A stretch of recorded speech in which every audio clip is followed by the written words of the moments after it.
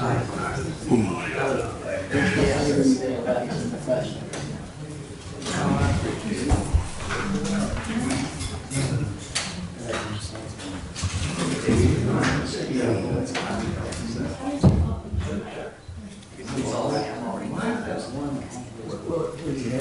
how was your lunch? When you're surrounded by everybody eating birds, you don't want to eat. I just had Caesar salad. Keep it light. But yeah, I tend to not eat lunch when I'm in trial. No, I know. But you gotta want to digest. Is there anything you would like me to do or argue that you have not seen or heard yet? I think it's probably going just pretty much the same way. You know, I asked Bill about why the David. And he said, Why the what? Why bringing the rules? You know, I said, kind of not check. You didn't expect that. But he said, well, it's probably just they're trying to prove that we're already contaminated. We said, okay. Everybody touched it. So it's contaminated, period, yeah. But, and then again, as you said, you can run their DNA of Rudolph and Hardy and everybody else. And eliminate them. But,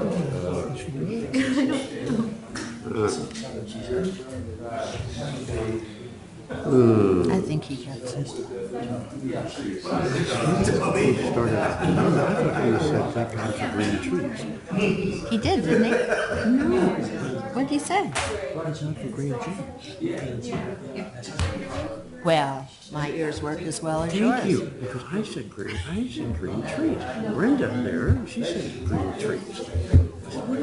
My brother can't do it. That was all the paperwork, and thank goodness trees keep growing. Which makes sense. But green. Remain seated. Come to order. We're back in session. You got a cell phone. You should have turned off. Put on vibrate.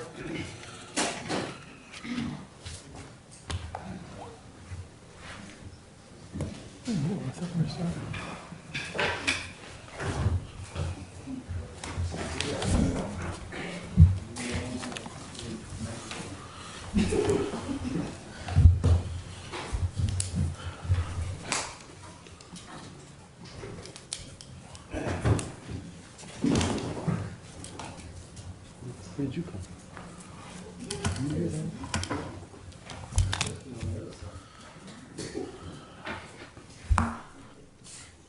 All right, is there further evidence? We do, Your Honor. I'd call Tracy Cook to the stand. Further testimony you shall now give to the court shall be the truth, the whole truth, and nothing but the truth, so help you God. I do. Thank you. Ma'am, would you state your name for the record, please? Tracy Cook How are you employed? with the District Attorney's Office in Durham County And you have worked for them for how long? since January. Okay, and where did you work prior to that? Superior Criminal Court, In what role? Superior Courtroom Clerk.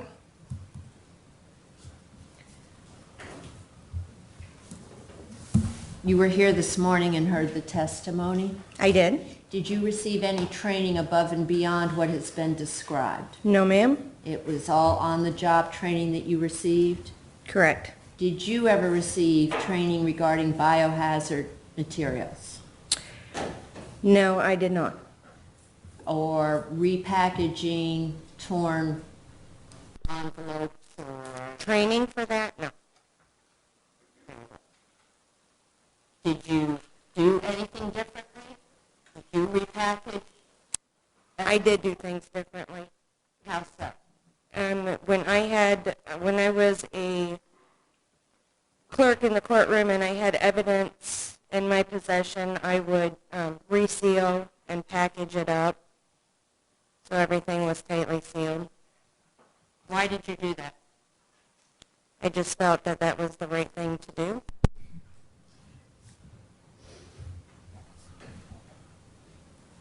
Were you aware of the key were you working there before the clerk of court's office moved to this new courthouse? Yes, ma'am.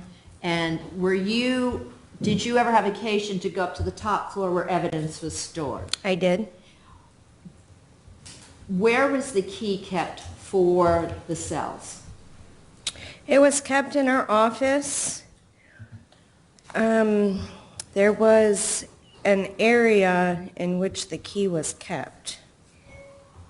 Was it a drawer or was there a hook? I believe it was in a drawer. Was it locked? I do not believe so. Did you ever access it? No, ma'am.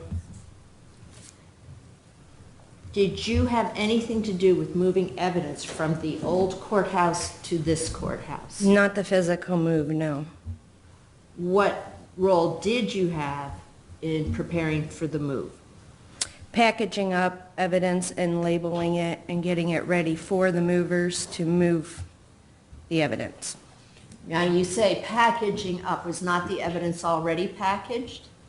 Yes, but we had certain boxes brought over by AOC, and they wanted everything in these boxes so they would stack properly. And so, was there one box per criminal case? I do not remember. I mainly packaged up and dealt with more of the smaller evidence that were packaged in the manila envelopes. So there would be multiple of manila envelopes in a box. Were there any pieces of evidence that you observed while you were up there helping with the repackaging that were not identified to a specific case? Yes, What was done with those? they were set aside in a separate category. Did you open up all of the boxes or all of the evidence that was in or on the top floor before you put it in the AOC boxes? Yes, Why? to organize it and put it in alphabetical order. To put what in alphabetical order? All of the manila envelopes, Not by case number? not by case number. We put them in alphabetical order.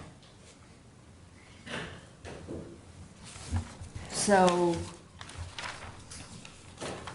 that was for all the evidence that was at that point in time in the custody of the clerk's office. In the specific jail cell that I was working in, yes. How many cells were there? I believe there was just the two. That's all I was aware of. The one that I did, and then Peterson had his own cell. Did you maintain any type of log of what cases you were putting in a box if you put more than one manila envelope? Yes, ma'am, You maintained a log? I did. And in that log, what information did you keep? The case number, I believe it was the date of disposition and the defendant's name.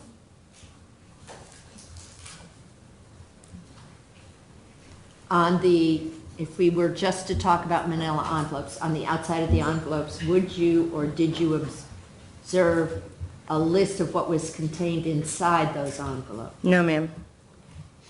And when you would go up to that top floor, what was the climate like up there? Warm.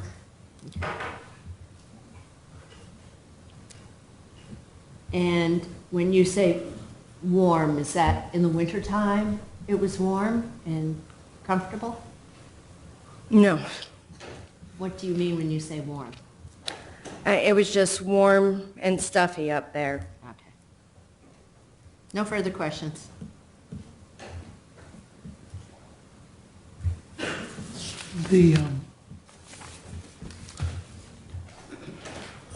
Ms. Cook, did you prepare any type of statements or reports detailing your experiences in the clerk's office? I did. And when did you prepare that? May 20th, 2016. And did you provide that to anybody? I provided it to you and also the defense attorney. And why did you do that? You asked me to. Now, up in the,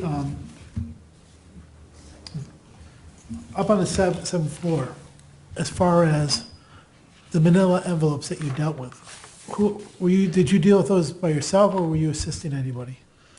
One of my coworkers were with me. And based on your memory, who was that coworker? Crystal Dennison. Did you see her go over to the Peterson cell at all? No, sir.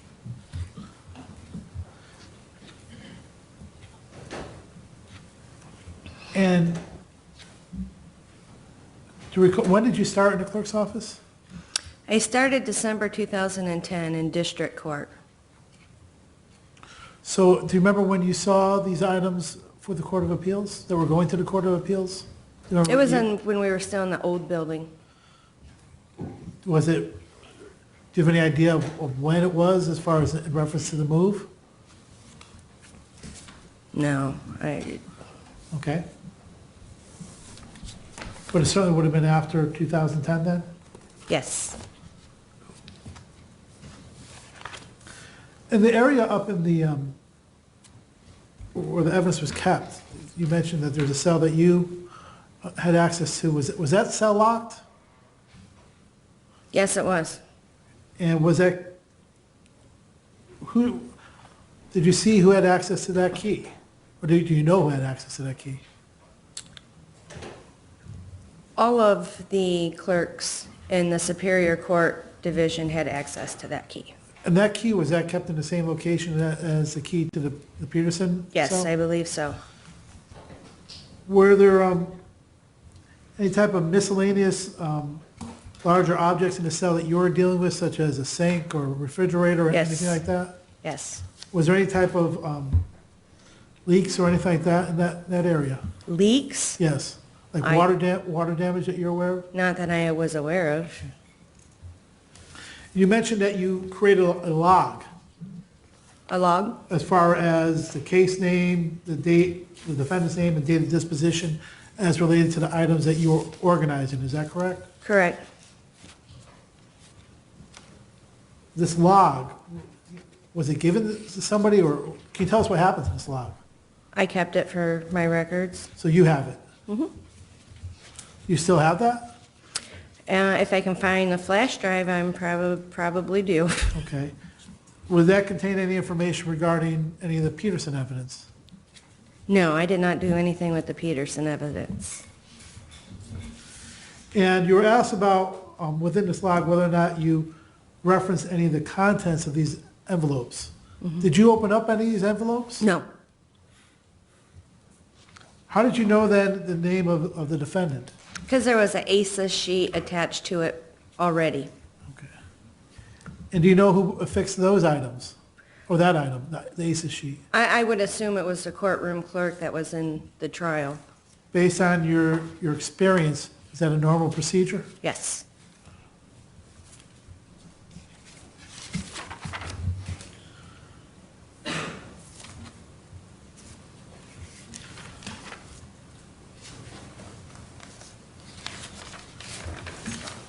Regarding access to the seventh floor, this jail area, how did you get up there? An elevator. Would the elevator just take anybody up there, or did you have to have someone turn a key so that the elevator would go to that floor? Yeah, you had to have a key or a badge, something. I mean, the elevator just would not go to that floor. Back in the old courthouse, although people were given badges, the badges didn't work like in this Yeah. courthouse. It wasn't electronic, was it? No. So it would have been a key of some sort. Yes. Did you have the key, or No. do you know who had the key for the No. elevator? No. Otherwise, you couldn't get up there through the stairwell, could you, because it was locked? Correct. Were you aware of, through any means, whether personal knowledge or just hearing discussions amongst coworkers, of anyone gaining access to the Peterson evidence cell that wasn't a clerk and didn't have authority to be of a clerk? They had access to the Yes, jail like cell? unauthorized access. No. Was there any ever occasion when when either of the keys to these cells, whether the Peterson cell or the other cell that you were dealing with, where the evidence was kept, was there ever occasion where these keys went missing and unaccounted for? No. Thank you, no further questions. But Ms. Dennison was with you, and she did assist in packaging Yes, for the ma'am. move? Yes. Thank you. No further questions, Your No Honor. questions, Your Honor. All right. Your Honor, I'll next call Mr. Jim Kendrick to the stand.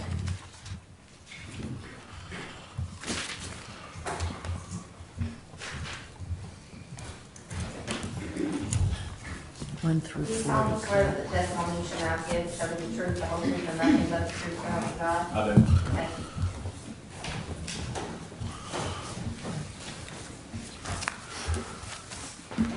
Sir, would you state your full name for the record? My name is James Kendrick. How are you employed? I'm a private investigator. Have you had occasion to work on the State versus Michael Peterson case? Yes, ma'am.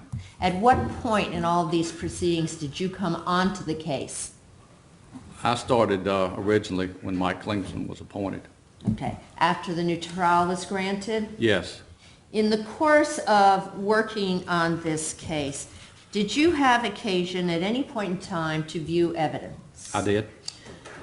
What different locations did you go to view the evidence? The clerk's office here twice, the Durham Police Department, satellite office, I think on Holloway Street. And also I came back to the Durham courthouse, I believe it was the 9th floor. Very well.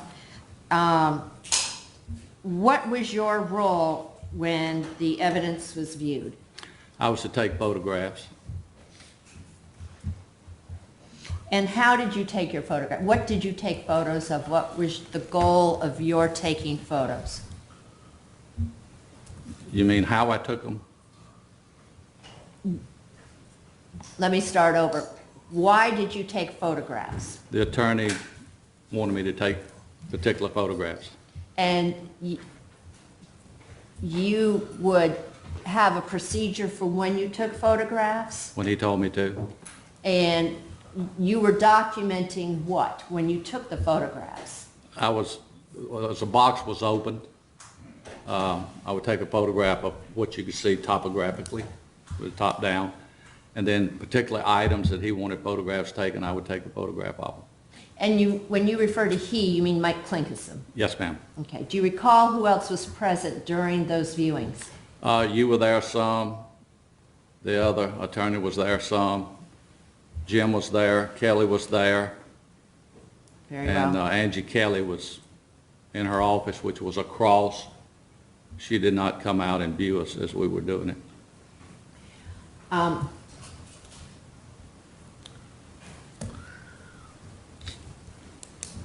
What were your observations of the condition of the boxes that were brought for review?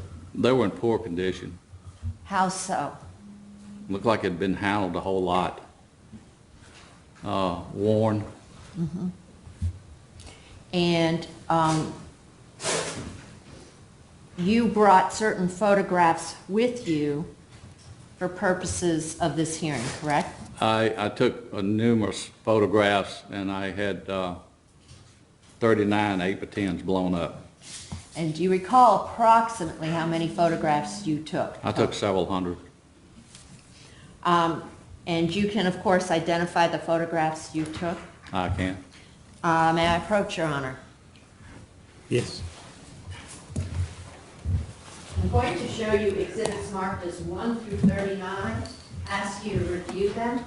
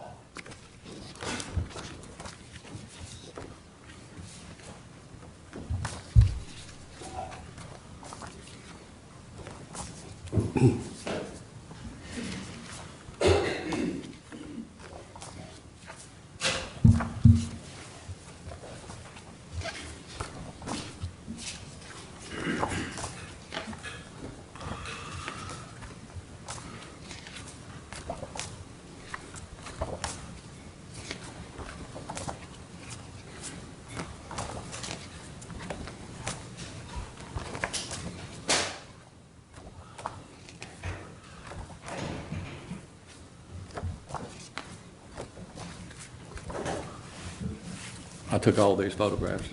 Very well. Now, have you marked the backs of any of those photographs? I marked the back of all of them. And what did you mark on them? On this stack here, I marked 12/3/15. That's the date of these were taken. And on the other set? It was 12/16/15, the day they were taken. And on the group marked 12/3/15, that's exhibits 1 through what?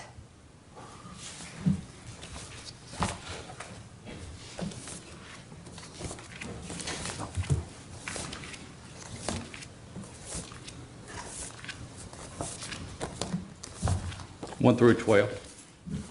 And then 13 through 39 would be the 12/16/15 photographs?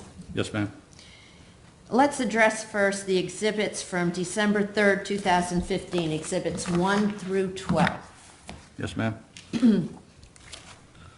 If I may approach, Your Honor. Make sure I ask questions properly. Exhibits 1 through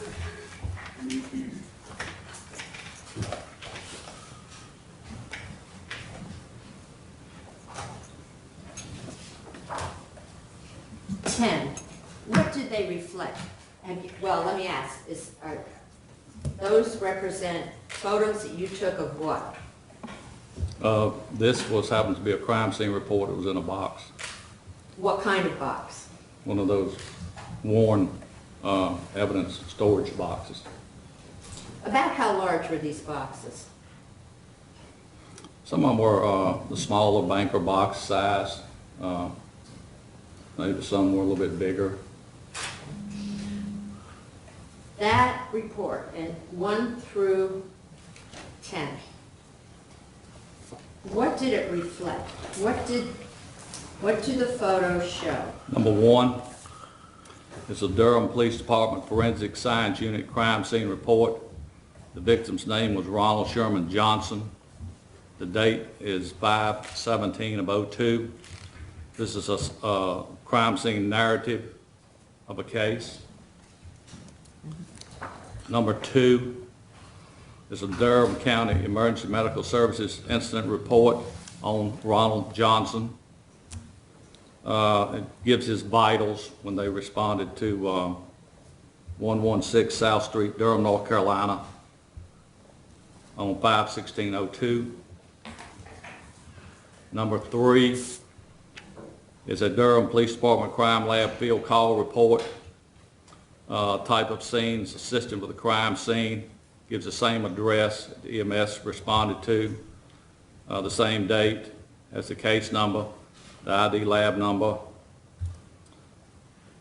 I think the crime scene technician's name is Lispy. Do those reports reflect a case number or a Durham Police Department item number? They have a case number and an ID number. And would you compare the case numbers on those documents, please? On the first 3, Certainly.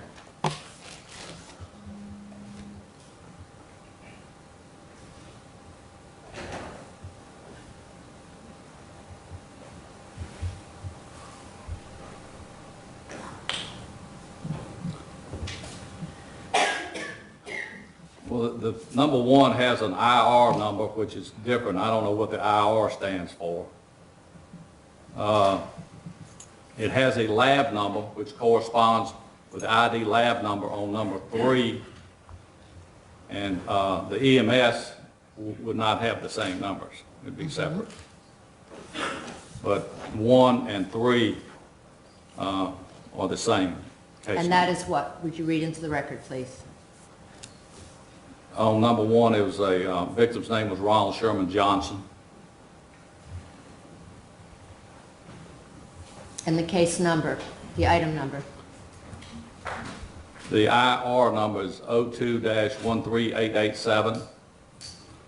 And on number 3, that shows the case IR numbers being the same, 02-13887. Very well. Now, for items 4 through 10, do they appear, based on your previous review and review in court, to be related to the same case. That is the death of R.S. Johnson on May 16th of 2002. Exhibit number 4 is a City of Durham police report. It's a general Miranda rights form. It does not have a case number on it. It does not have a name at the top. It has a signature, but I can't read whose it is. And it also has an officer's name, but also I cannot read that. Number 5.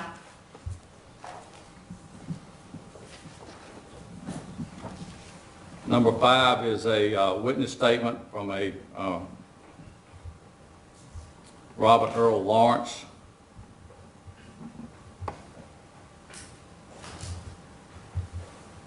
It doesn't have a case number on it or an ID number, period. Number 6. Number 6 is a autopsy report from the Office of Chief Medical Examiner, Chapel Hill. The victim's name is Ronald Sherman Johnson. It has a autopsy number and a case number, which are different from the Durham Police Department's numbers. All But right. the name is the same. But the name is the same? Yes, ma'am. Number 7, please.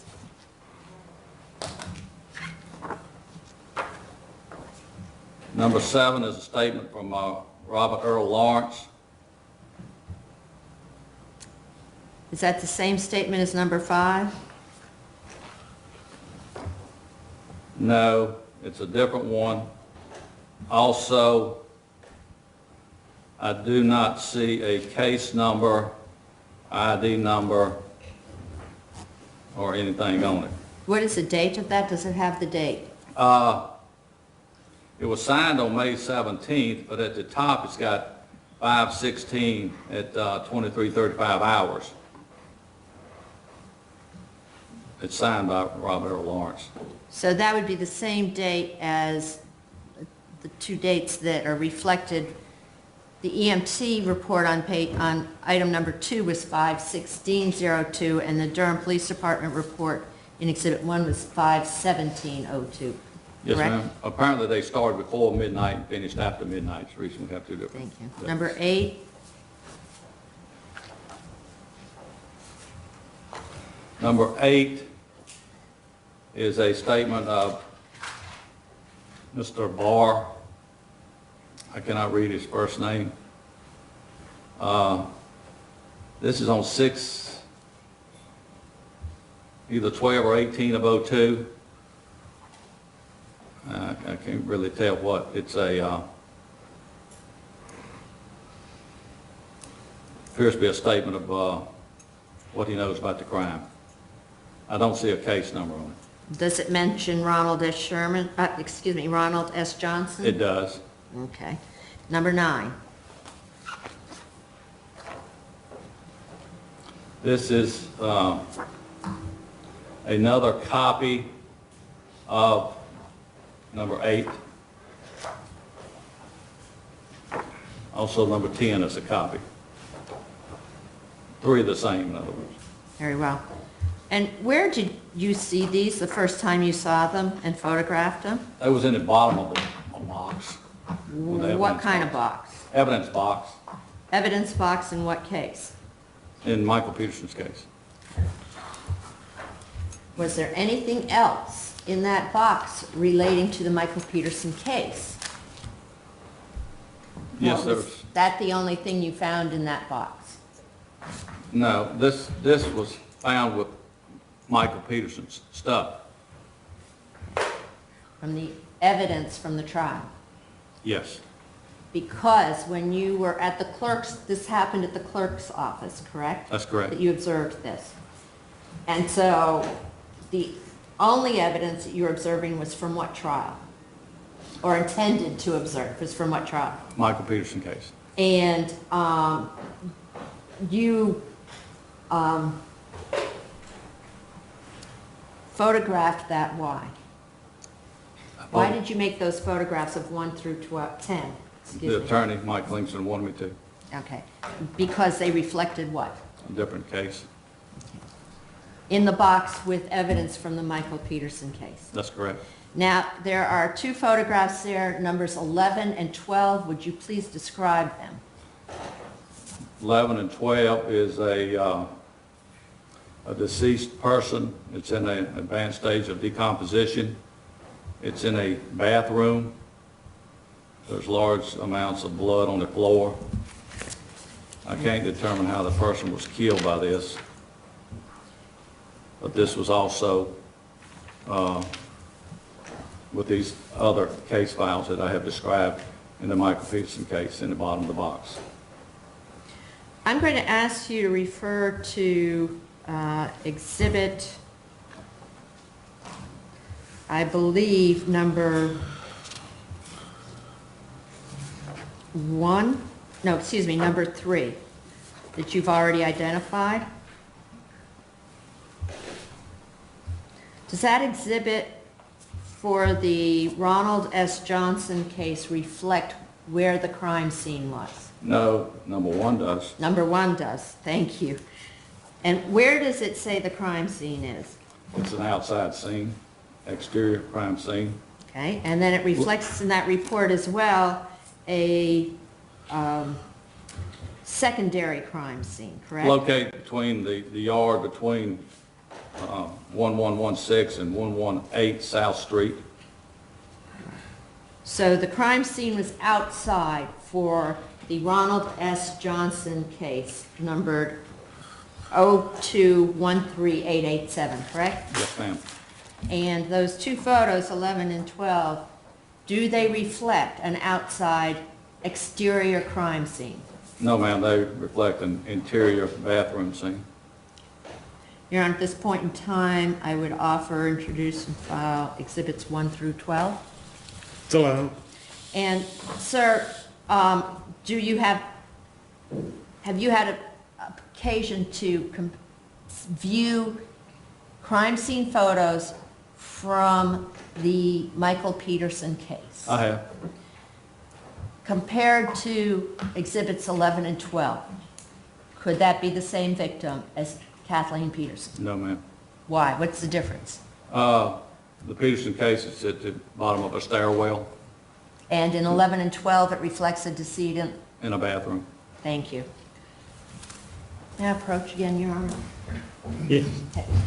I'd like to turn now to exhibits 13 through 39. Those photographs were taken when? 12, 16, 15. If we could, I'd ask you to go through each one. Do they all fairly reflect what you saw on December 16, 2015 at the clerk's office? They do. Okay. Let's start, if we may, sir, with number 13. What does that show?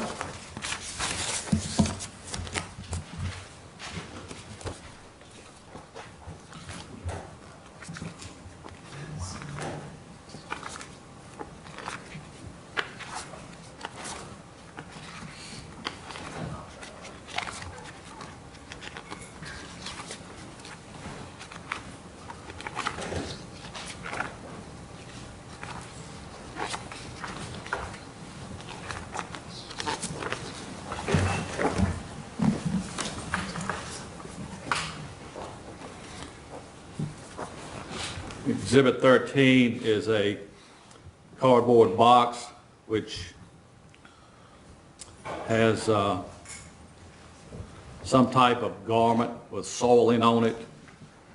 The bag has been torn open, not resealed. There's another bag that has a pair of white tennis shoes, blue lining. This bag has also been opened and not resealed. There's several lab technicians' initials on both bags. That photograph is taken from what angle, sir? I'm up top looking down. Also, the bag with the garment has the biohazard stickers on it. Okay. Is the bag with the garment sealed in any manner? No, just maybe the bottom. Is there anything touching that bag? Well, they're laying on top, this bag's laying on top of the tennis shoe bag. And the tennis shoe bag, are the tennis shoes that are in there, are they sealed? No. They're both exposed to the elements. Okay, and what else did you say you could see in that bag? Biohazard stickers. Very well.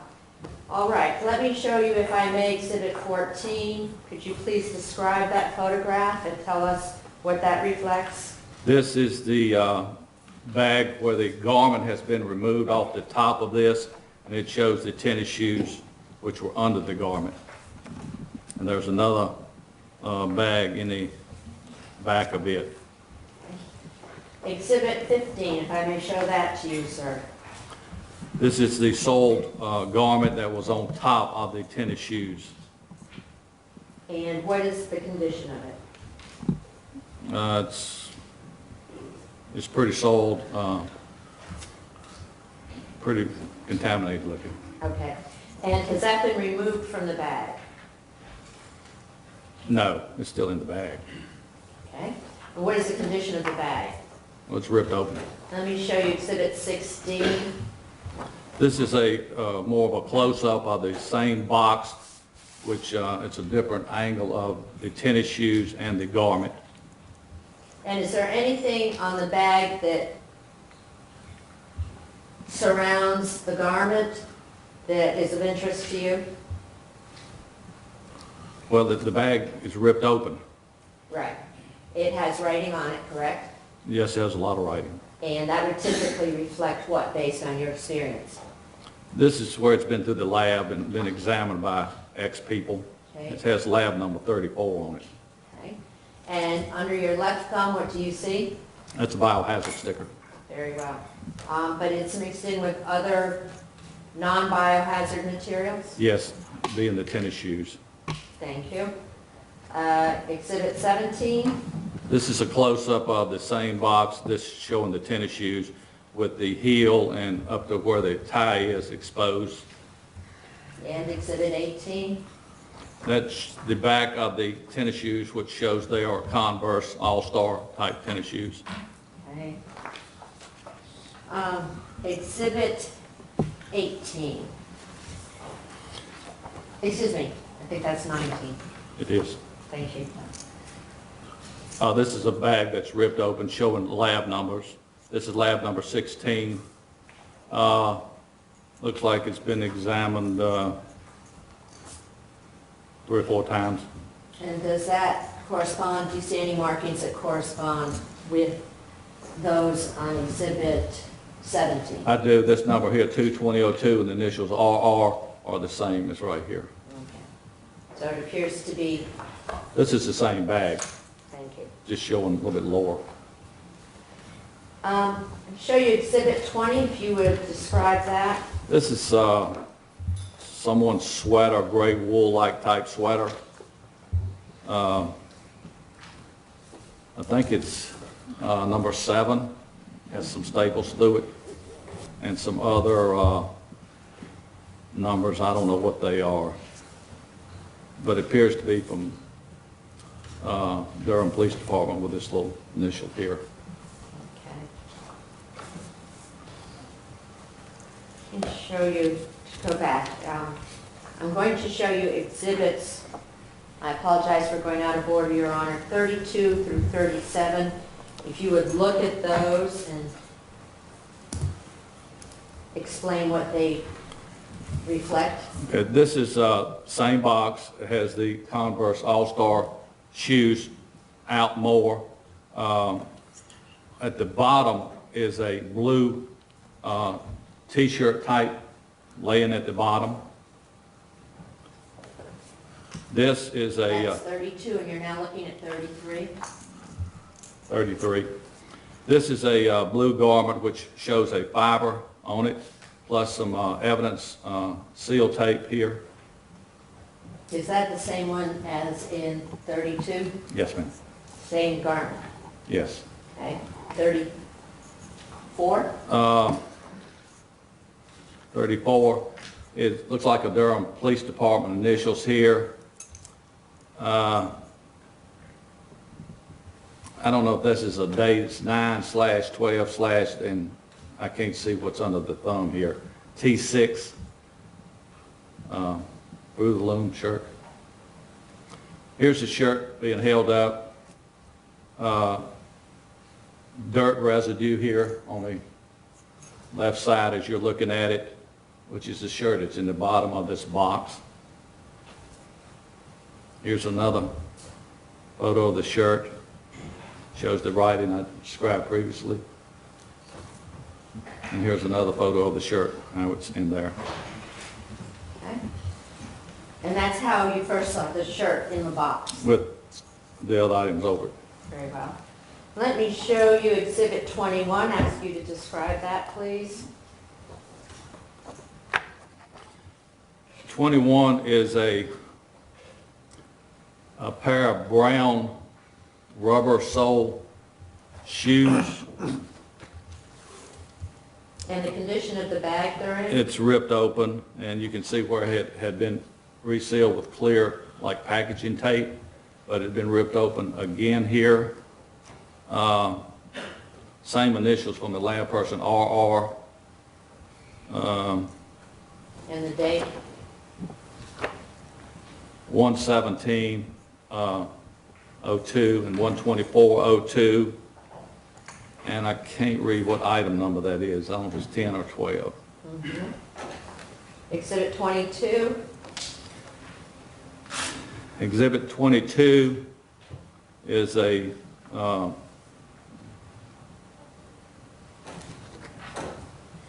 container, like a manila type container, that has been opened and put back together. You can tell that the seal doesn't match up.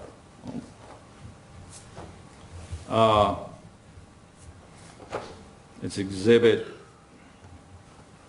I think, 44A. I cannot see a case number or a date on this. 44A from the trial? States presumably. exhibit 44A. Okay. Our Exhibit 23? This is exhibit 37A. You can see that it has been opened here, hasn't been put back together because the evidence tape doesn't match up. A partial piece of clear tape put on it, but there's an opening here on the left side. This is the Peterson case. And it says that it contained what? Hair samples, I think from a medical examiner's office. This is item 37, and this date was 9/26/02. And that envelope is not sealed. And there's an opening here. Thank you. Exhibit 24. This is another envelope that's been torn open. Looks like it may have been resealed one time, but re-torn open due to this big opening right here. This states exhibit, which is this other one here, 44A. You can see it doesn't match. And this got another number 44, number 85, date 10/31/02, 4/10/02, 10/25/02, same lab text, initials RR. But this is another photograph of 22. Our Exhibit 22 for this hearing. Yes. Okay, and 25. 25 is another photograph of this. You can see clearly that it's open right here. The tape had been put back and taken off again. Exhibit 26. 26 is State's Exhibit 14A. The bag has been opened, partially resealed with like packaging tape, and there's a big hole right here in the middle of which is open. Very well. Exhibit 27. Exhibit 27,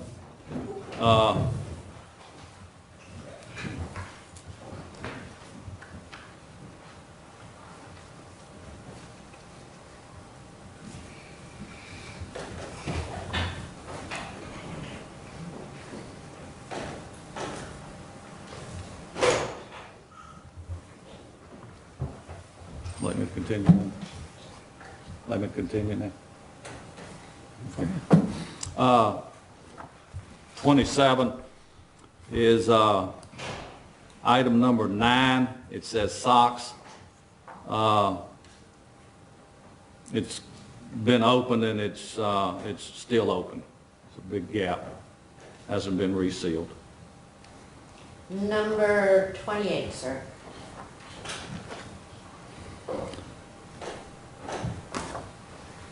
Number 28, it says number 33, the purple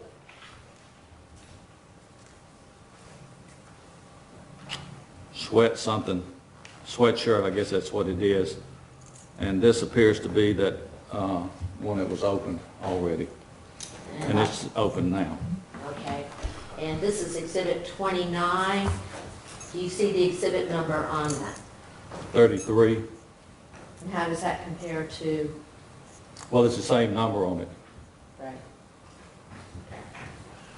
And if I may, that actually, in Exhibit 28, it reflects how many items inside the same bag.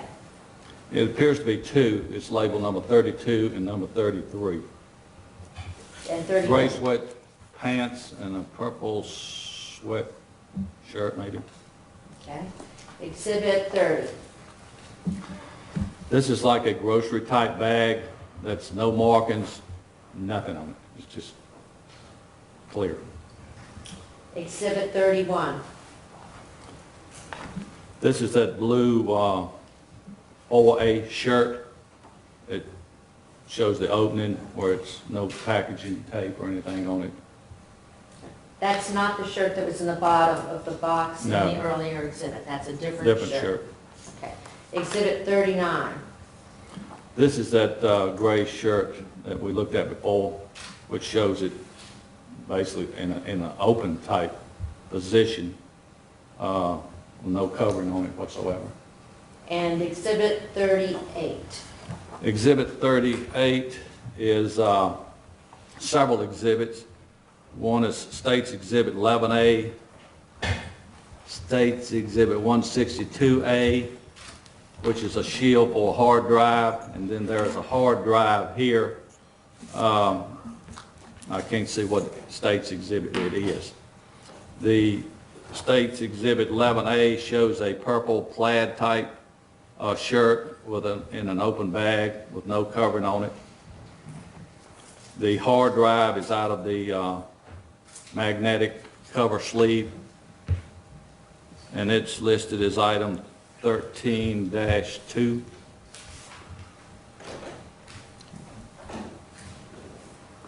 Now, in these exhibits, 13 through 39, when you took these photographs, did you, Mr. Klinkasum, Mr. Dornfried, Ms. Gouger, myself, anybody who is viewing the evidence, rip open or tear open any of those exhibits? No, ma'am. So your photographs reflect the manner in which they've been stored. They reflect what I saw. Thank you. Your Honor, we'd offer, file, and introduce into evidence exhibits 13 through 39. Still out. I tender the witness. I approach the witness, Your Honor. That's what you're doing. I approach the witness, Your Honor. Yes. If I can just see 1 through 12. I'm sorry. 1 through 12? Thank you.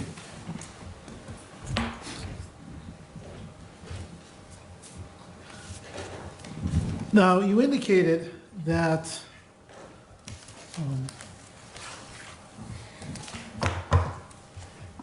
you took a significant number of photographs during the different times that you went to view evidence, correct? Yes, sir.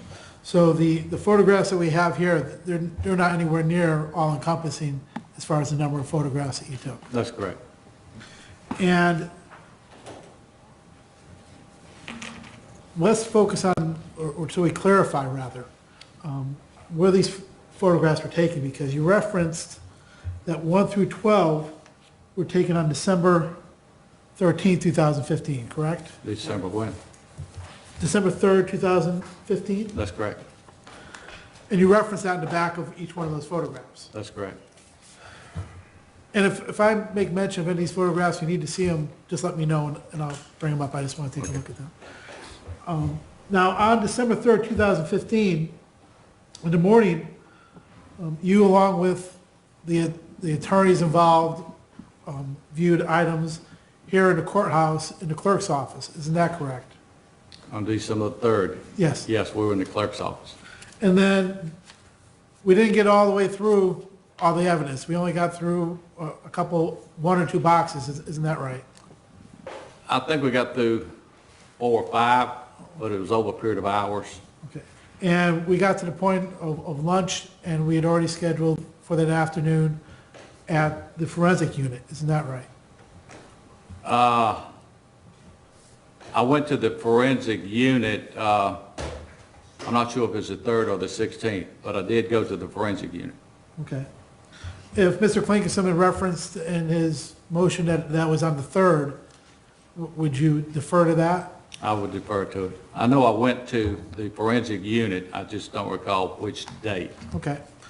And as a forensic unit, you saw there were some tins that had some fibers inside, isn't that correct? Yes, And you took photographs of those? I did.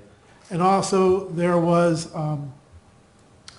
negatives of photographs that have been taken, and we all were under, as it turns out, the erroneous belief that there wasn't a light box, so you didn't take a look at those at that time. That's correct.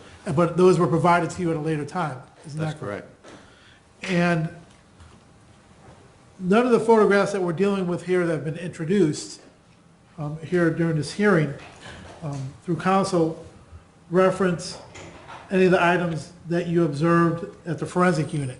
Isn't that correct? None of these photographs are from the forensic unit.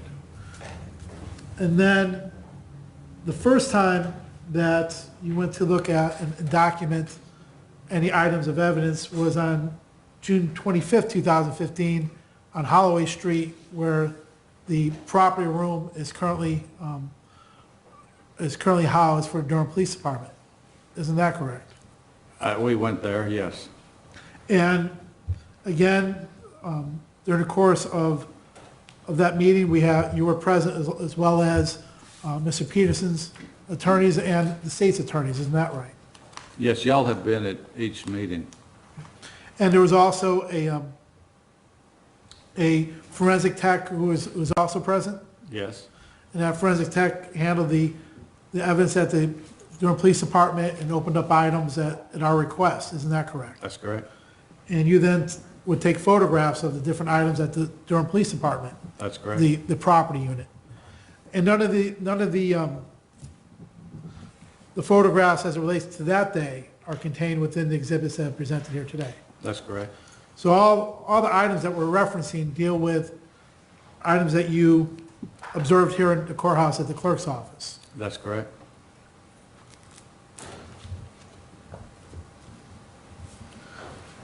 Now, you mentioned that well, first, just so we're clear about this, and just give the court a clear idea of where we're all situated. Within the clerk's office, it would be fair to say that we're in a very small hallway within the clerk's office itself, within the secured area of the clerk's office? That's correct. It's actually a hallway outside of Angie's office. And then, you know, there's a door that we have to go through to get to that, and a counter. And there was a small little table that was set up that we all were basically huddled around? That's correct.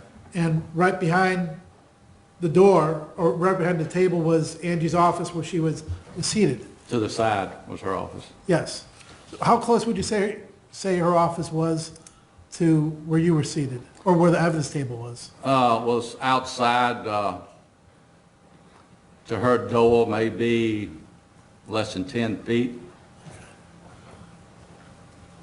Where she was her door opening, looking right at this table? No. You'd have to go through her door a little bit to her left of her desk. Okay. So Whether she could see out or not, I don't know. Okay. And do you recall how many photographs you took that first day on December 3rd, 2015? No, I took a lot, Over 100 probably? probably. And in looking at these photographs, what we're dealing with in 1 through 12, defendants exhibits 1 through 12, we're dealing with paper items, either a report or photographs or a statement, but they're all paper in some form. Isn't that correct? Right, there's different items of paper, that's correct. And in fact, within that particular box, because all of these exhibits 1 through 12 came from the same box, everything in that box were paper items. Isn't that correct? I don't recall exactly which box they came out of. Okay. And actually, they came out, they were on the top of the items in the box when the box was opened up. Isn't that true? I thought they was on the bottom. Okay. So would you have the ability to go back to your photographs to see, based on the numerical, which ones were taken to determine if they were at the beginning of the roll or the end? No, because well, Possibly I could be at recall them being at the bottom. Okay.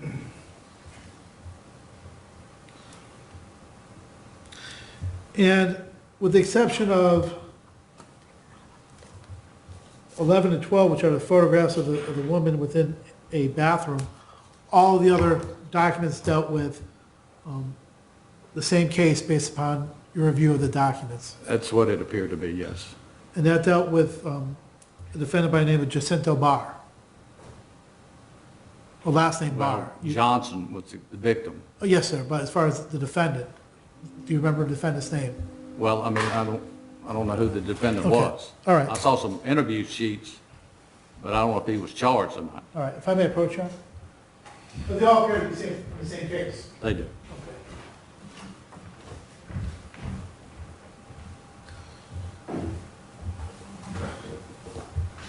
And it was on a separate date, on the 16th of December, 2015, when the remaining photographs that you have identified were taken. Isn't that correct? 13 through 39. At the clerk's office. And those would be more of, and at that time, you were dealing with physical items as opposed to paperwork. That's correct. Yes.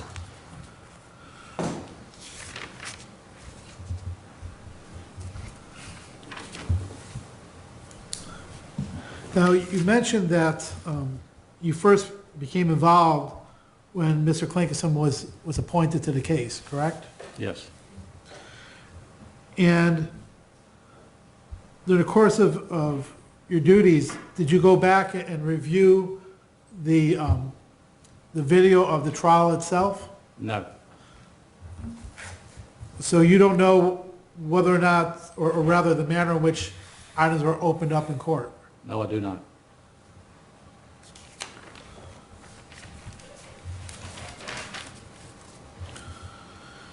And other than observing the manner in which these items were when you saw them, when they were opened up on December 16, 2015, you have no manner of knowing how they got in that condition? That's correct.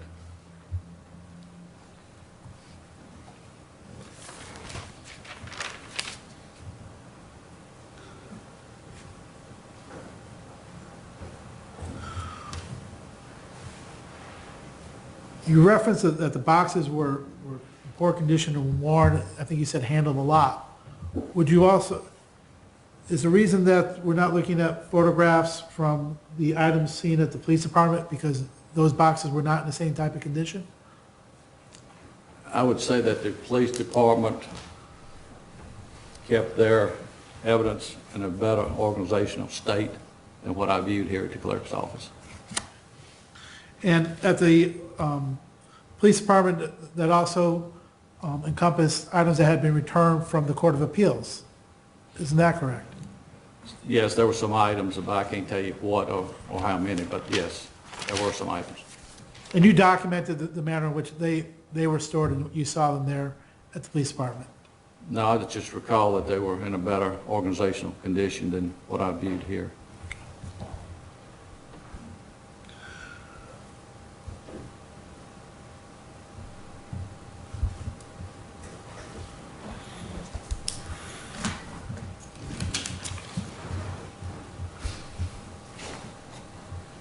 Did you take any photographs at the police department or the forensic unit? I did.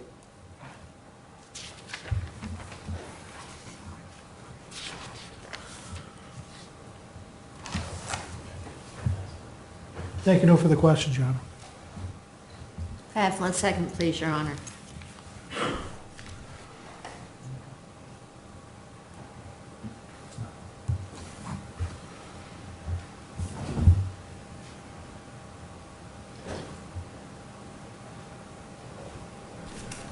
When you, how long have you been a private investigator? I'm into my 17th year. And prior to that, how were you employed? I have 27 years of criminal investigation experience in law enforcement. Total of 44 years. Did you ever conduct homicide investigations? Yes. Did you ever collect evidence in criminal cases? Yes. Did you ever process evidence? As in, bag it, tag it, Yes. place it in the evidence? Okay.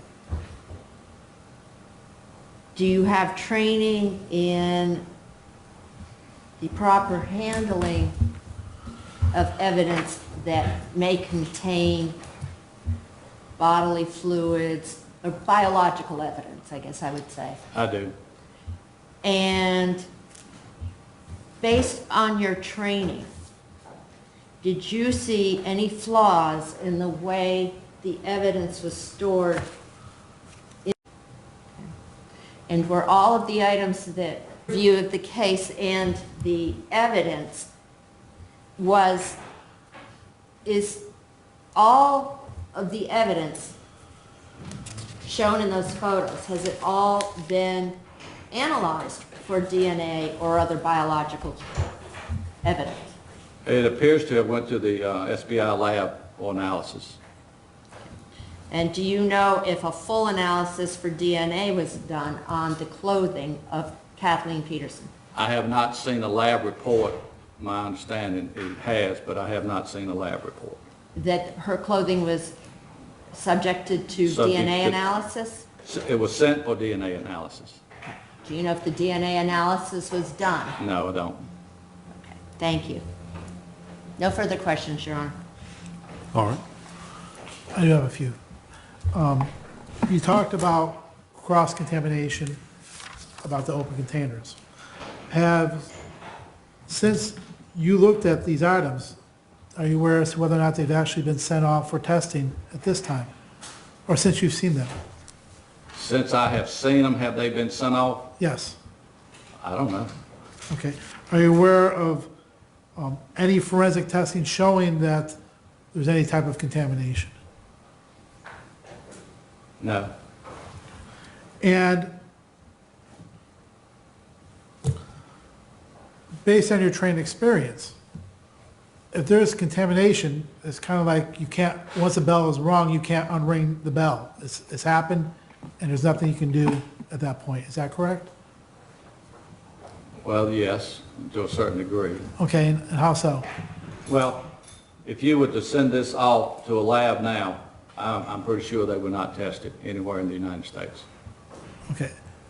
Now, you don't actually test items, do you? No, I do not. Okay. And if items have been, is that because of a belief that there's been contamination by commingling items? Say that again. Is your opinion such that it is your belief that there wouldn't be testing because of the commingling and potential contamination of the items? Yes, that's my belief. Okay. And once there's been commingling, in your opinion, that would preclude further testing because that would subject the testing results to questions. Is that right? That's correct. And if there had been commingling and cross-contamination of items before the clerk actually took these items to evidence, the same would apply. Wouldn't that be true? It's a possibility, yes. And since you never looked at any of the videos of the trial, you don't know whether or not that occurred during the trial. I do not. Thank you, sir. No further questions. But at this point in time, it's your opinion that no lab of the United States would test the evidence regardless of when or how it got cross-contaminated? It's my opinion that this evidence in this state would not be tested by any lab. And you have spoken to people at a lab or labs to determine whether they would? Yes, I'm a graduate of the Virginia Academy of Forensic Science, and I have a certificate degree in crime scene technology, and we did this type stuff, so I don't know of anyone that would test it. Thank you. No further questions. I'm sorry to get you, did you actually speak with a lab about this case? No. Okay, thank you. No further questions.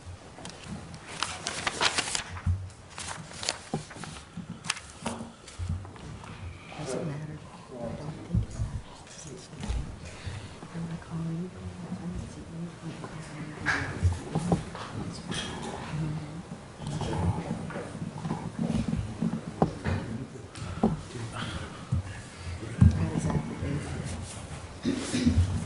Did I use the number 40 or we say it?